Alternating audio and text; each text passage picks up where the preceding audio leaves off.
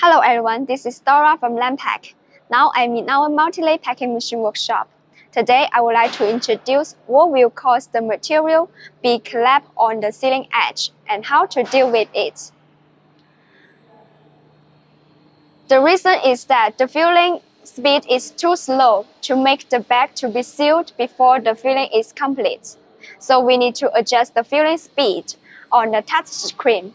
Now let me show you. We need to set up the parameter of the filling speed. You can see this way.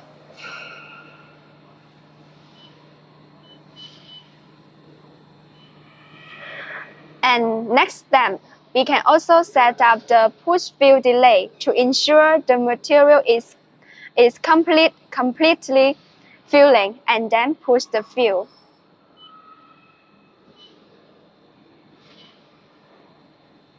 Okay, that's all. If you have any other problems, feel free to contact us.